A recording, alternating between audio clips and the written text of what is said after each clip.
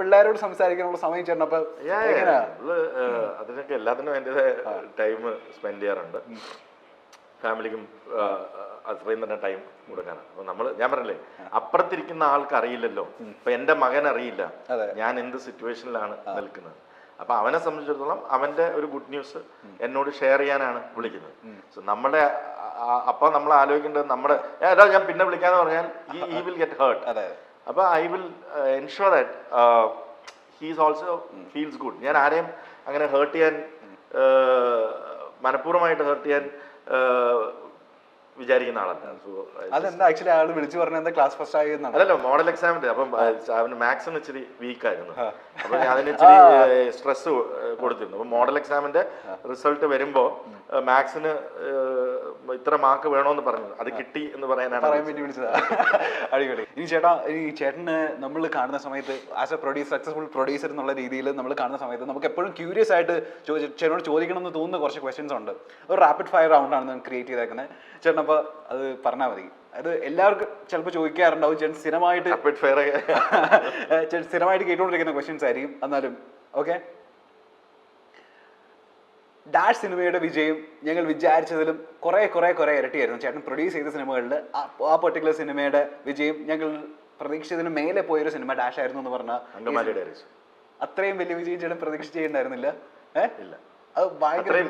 വിജയം എന്ന് പറയുന്ന ഒരു ബോക്സ് ഓഫീസ് സക്സസ് മാത്രമല്ല, ഇപ്പൊ കേരളത്തിൽ ഉണ്ടാവുന്ന ബോക്സ് ഓഫീസ് സക്സസ് മാത്രമല്ല, അതിന് എനിക്ക് കിട്ടിയ വേൾഡ് വൈഡ് അപ്രിസിയേഷൻ.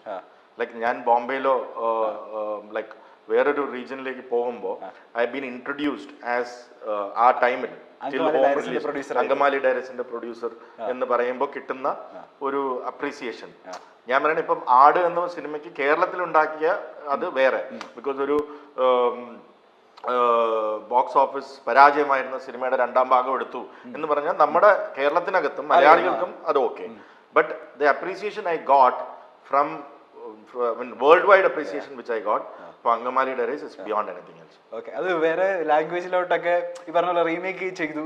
പക്ഷേ നമ്മൾ ആ അങ്കമാലി ഡയറീസിന്റെ അത്ര ഇപ്പോഴും ഞാൻ ബോംബെയിൽ പോകുമ്പോഴോ ഐ മെയ്ഡ് ഹോം എന്ന് പറയുമ്പോൾ is it such a wonderful movie എന്ന് പറയുമ്പോൾ I made produce Angamaly diaries എന്ന് പറയുമ്പോഴാണ് my god now I have nothing more to ask എന്ന് പറയുന്ന ആ ഒരു ലേബൽ ഇറ്റ് ഇസ്. അപ്പൊ ആ വിജയമാണ് ഞാൻ ഉദ്ദേശിക്കുന്നത്. ഓക്കെ. ഡാഷ് സിനിമ പരാജയപ്പെടുമെന്ന് സ്വപ്നത്തിൽ പോലും ഞാൻ വിചാരിച്ചിരുന്നില്ല.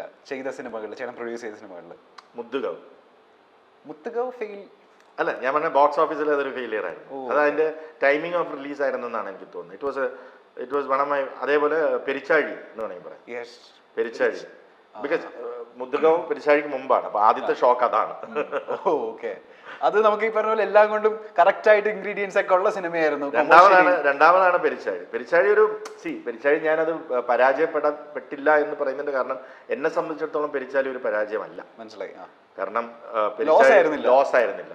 അപ്പൊ പെരിച്ചാഴി ഇപ്പോഴും ഒരു ലോസ് ആണെന്ന് വിശ്വസിക്കാൻ ഞാൻ തയ്യാറല്ല. Because for me it was A success financially. Box office success മാത്രമല്ല ഒരു സിനിമയുടെ സക്സസ് ഡിറ്റർമിൻ ചെയ്യുന്നത് പല ഫാക്ടേഴ്സും. എന്നെ സംബന്ധിച്ചിടത്തോളം ₹1 എനിക്ക് നെഗറ്റീവ് എന്ന് ബുക്സിൽ വന്ന സിനിമ മുതുകവാണ്. ബട്ട് നല്ല പാഷനേറ്റ്ലി വിപിൻ ഉണ്ടാക്കിയ സിനിമയാണ്.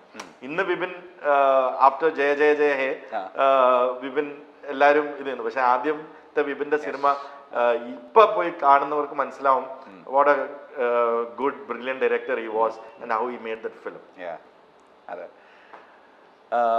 കരിയറിൽ ഏറ്റവും കൂടുതൽ ഫിനാൻഷ്യലി പ്രോഫിറ്റ് സമ്മാനിച്ച സിനിമ ഡാഷ് ആണ്. ആടിച്ചു ആണോ? ആടിച്ചുവായിരുന്നോ ഇത്രയും ചെയ്ത സിനിമകളിൽ ഏറ്റവും പ്രോഫിറ്റ് വന്ന്? ഓക്കെ. കരിയറിൽ കുറച്ചെങ്കിലും നഷ്ടം വന്ന, ഫിനാൻഷ്യലി എനിക്ക് നഷ്ടം സംഭവിച്ച സിനിമ ഡാഷ് ആണ്. ചിലപ്പോൾ സക്സസ് നഷ്ടമല്ല, അങ്ങനെ വലിയ ലോസ് ഒന്നും വിത്ത് ഗോഡ്സ് ഗ്രേസ് നമുക്ക് വന്നിട്ടില്ല. ഇനി നേരത്തെ പറഞ്ഞ പോലെ ബുക്സിൽ ലോസ് വന്നു എന്ന് പറയുന്നത് മുത്തുകവാണ്. കാരണം പക്ഷെ അത് അങ്ങനെയും പറയാൻ പറ്റില്ല. കാരണം എൻ്റെ ഒരു ബിസിനസ് പ്ലാൻ വെച്ച് രണ്ടും ഒരേ സമയത്ത് ഷൂട്ട് ചെയ്തതാണ്. അടികപ്പേരെ കുട്ടുമണി മുത്തുകവും പാരലലി തിരുവനന്തപുരത്ത് ഷൂട്ട് ചെയ്ത സിനിമയാണ്. ഒരേ സമയം തുടങ്ങുന്നു, ഒരേ സമയം അവസാനിക്കുന്നു. അപ്പൊ ഇതിന്റെ കംപ്ലീറ്റ് ബുക്സ് ഒന്നാണ്. അപ്പോൾ ഒരുമിച്ചാണ് അതിൻ്റെ കോസ്റ്റ് ഇട്ടിരിക്കുന്നതും ഒരുമിച്ച്. അപ്പം overall it was fine, but stand alone എടുക്കുകയാണെങ്കിൽ ബുക്സിൽ അത് ലോസ് ആണ്. ഈ പുതിയ പ്രൊഡ്യൂസേഴ്സ് ഒക്കെ വരുന്ന സമയത്ത് നിങ്ങളോട് വന്ന് ചോദിക്കാറുണ്ടോ ചേട്ടാ ഒരുപാട് പേര് ഇതിന്റെ ട്രിക്സ് എന്താണ്, നമ്മൾ എങ്ങനെ ഒരു മിനിമം നഷ്ടമില്ലാതെ? പുതിയതെന്നല്ല, സീനിയർ പ്രൊഡ്യൂസേഴ്സും പഴയ അപ്ഡേറ്റഡ് ആയിട്ടുള്ള കാര്യങ്ങൾ ചോദിക്കാറുണ്ട്. നമ്മൾ എന്നാലും സത്യസന്ധമായിട്ട് അവർക്ക് പറഞ്ഞു കൊടുക്കാറുണ്ടോ? ഞാൻ പറഞ്ഞു കൊടുക്കാം. ഞാനത് ചാനലിരിക്കുമ്പോഴും പറഞ്ഞു കൊടുക്കാണ്ട് ഇന്നും ഒരു പലർക്കും ഒഫീഷ്യൽ അഡ്വൈസർ ഞാൻ തന്നെയാണ്. ഓക്കെ.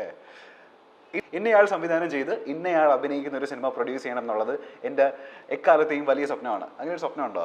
ഉണ്ട്. പറയാൻ പറ്റുമോ? ലാലേട്ടൻ, റോജൻ തോമസ്. ഈ കോമ്പിനേഷനിൽ ഒരു സിനിമ സംഭവിക്കാൻ ചാൻസ് ഉണ്ടോ? ഈ അടുത്തെന്ന് പറയാൻ പറ്റില്ല. ഒരു സബ്ജക്റ്റ് വർക്ക് ചെയ്തുകൊണ്ടിരിക്കുകയാണ്, തോട്ടായിട്ടുണ്ട്. റോജൻ ഞാൻ ഡിസ്കസ് ചെയ്തിട്ടുണ്ട്. ലാലേട്ടൻ്റെ എത്തിച്ചിട്ടുമുണ്ട്, പക്ഷെ ഡെവലപ്പ് ചെയ്യണം. റോജൻ കത്തനാറിന്റെ തിരക്കിലാണ്. അതിനുശേഷം ഞങ്ങൾ ഒന്നും കൂടി ഇരിക്കും. അതായിരിക്കും വിജയ് ബാബു എന്നാണ് പ്രൊഡ്യൂസർ. ഇപ്പം you asking for the immediate dream, right? അങ്ങനെ പല ഡ്രീംസ് ഉള്ളതിൽ when you ask for an immediate dream, ആ സബ്ജക്ട് എനിക്കറിയാവുന്നതുകൊണ്ട് ദാറ്റ് വിൽ വർക്ക് എന്നുള്ളത് കൊണ്ട് അങ്ങനെ അത് സംഭവിക്കണമെന്ന് ആഗ്രഹമുണ്ട്. ഓ, അടിപൊളി.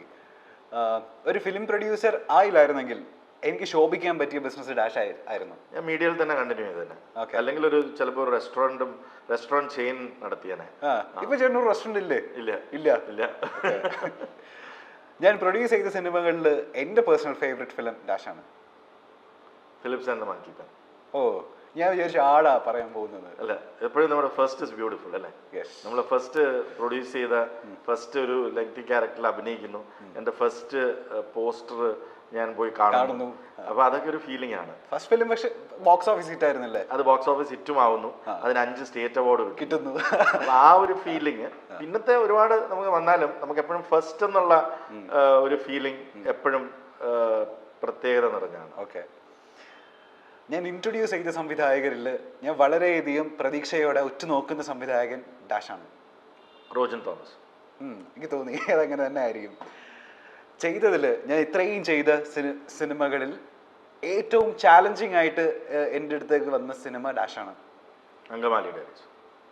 ന്യൂ കമേഴ്സ് ആയതുകൊണ്ടാണ് മാത്രമല്ല, ഒരുപാട് കാരണങ്ങളുണ്ടായിരുന്നു അതിനകത്ത്.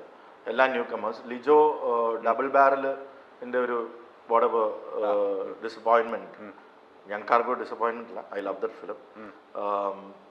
അതിനുശേഷം ഒരു 2-3 വർഷത്തെ ബ്രേക്ക് എടുത്തിരുന്നു ലിജോ സിനിമ.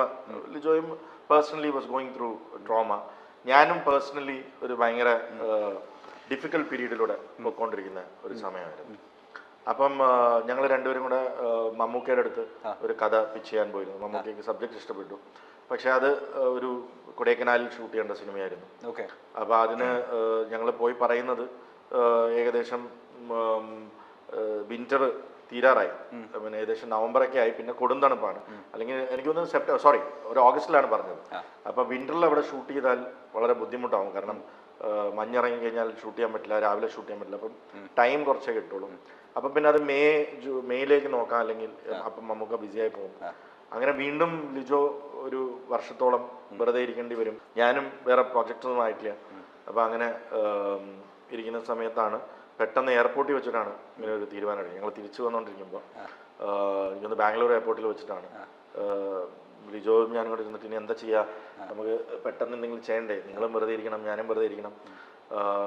ചെമ്പൻ്റെ ഒരു കഥയുണ്ട്, ചെമ്പൻ ഡയറക്റ്റ് ചെയ്യാനിരുന്നതാണ്. അത് ചെമ്പന് ഞാൻ ഡയറക്റ്റ് ചെയ്യണമെന്നാണ്. പക്ഷേ എനിക്കത് ഇനി ആർട്ടിസ്റ്റ് അതൊന്നും, ഇത് ഒരുപാട് ആർട്ടിസ്റ്റ് ഉണ്ട് സിനിമയാണ്, അങ്ങനെ പോകാൻ പറ്റില്ല. അത് എല്ലാം പുതുമുകളെ വെച്ചിട്ട് ഞാൻ നിങ്ങൾ തയ്യാറാണെന്ന് വെച്ചു. എൻ്റെ കയ്യിലാണെങ്കിൽ ഞാൻ ആ സമയത്ത് കുറച്ച് ബാങ്ക്രപ്റ്റാണ്. അതിൽ വേറെ ചില ഇൻവെസ്റ്റ്മെൻറ്റ്സും കാര്യങ്ങളും, വേറെ ചില പേഴ്സണൽ ഡിസാസ്റ്റേഴ്സ് അതൊക്കെ വന്നിട്ട് ഞാൻ ആ സമയത്ത് ടോട്ടലി ബാങ്ക്രപ്റ്റാണ്. അപ്പോൾ എന്നെ സംബന്ധിച്ചിടത്തോളം ഉള്ള പൈസ അവിടെ നിന്ന് ഇവിടെ നിന്നൊക്കെ എടുത്തിട്ട് ഒരു പടം ചെയ്യാം. അപ്പൊ അത് സക്സസ് ആയില്ലെങ്കിൽ എനിക്കും ലിജോയ്ക്കും അതൊരു നഷ്ടമല്ല, ഞങ്ങളുടെ ഒരു കരിയറിലൊരു ഷോർട്ട് ബ്രേക്ക് പോലെ വന്നേ.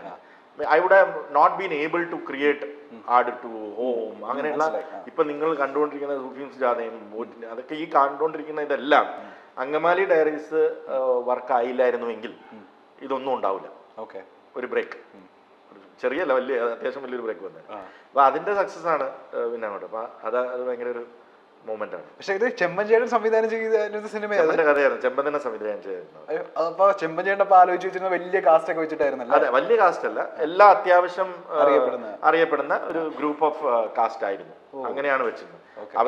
അവർക്കെല്ലാം നല്ല വിഷമമുണ്ടായി. ബിക്കോസ് നമ്മള് പെട്ടെന്ന് ഇതിലേക്ക് വന്നപ്പം എല്ലാം മാറിയിട്ട് പുതിയ ആൾക്കാരെ. പക്ഷെ ഇത് ഭയങ്കര പെർഫെക്റ്റ് ആയില്ല ഇപ്പൊ അത്, ആ സിനിമ തിരിഞ്ഞു നോക്കുന്ന സമയത്ത്. ഇങ്ങോട്ടും ആവാലോ. ഞാൻ ചോദിക്കട്ടെ, ചേട്ടന്റെ അടുത്ത് വന്ന സിനിമ കഥ പറഞ്ഞിട്ട് ചേട്ടന് ഇഷ്ടമായില്ല? ഏതാ ഒരു സിനിമ ഇഷ്ടമായില്ല, പക്ഷെ അത് ഔട്ട് വന്ന സമയത്ത് ചേട്ടൻ ഇത് ഞാൻ പ്രൊഡ്യൂസ് ചെയ്ത് കിടിലായാന് എന്ന് തോന്നിയ സിനിമകളുണ്ടോ? ഇത് മിസ്സായല്ലോ എന്റെ കയ്യിൽ നിന്ന്. അല്ല, കഥ ഇഷ്ടപ്പെടാഞ്ഞല്ല, കഥ എനിക്ക് ചെയ്യാൻ പറ്റിയില്ല എന്ന്. അതായത് ഒരുപാട് നാള് നമ്മൾ ഇരുന്നിട്ട് അത് പല കാരണങ്ങൾ കൊണ്ടിട്ട് അതിലേക്ക് എത്താൻ പറ്റിയില്ല. പിന്നെ അത് വരുന്നു ഇപ്പൊ ജയ ജയ ജയ. നമ്മള് ഒരുപാട് മാസങ്ങളോളം വിപിൻ ഞാനും ഇരുന്നിട്ടുള്ളതാണ്. വിപിൻ പുറകെ നടന്നിട്ടുള്ളതാണ്, ചേട്ടാ നമുക്കൊന്ന് ഇരിക്കാം അതിലേക്ക്. പക്ഷെ പിന്നെ അതിന്റെ ഡെസ്റ്റിനി ബേസിലിന്റെ കയ്യിലായിരുന്നു. ബേസിൽ അത് ചെയ്യാം എന്ന് വിപിനോട് പറയുന്നു, വിപിൻ വിളിക്കുന്നു. ഞാൻ പറഞ്ഞു ചെയ്യൂ, ബിക്കോസ് ഞാൻ ആ സമയത്ത് ഒരുപാട് കാര്യങ്ങളുടെ ഇടയിലായിരുന്നു.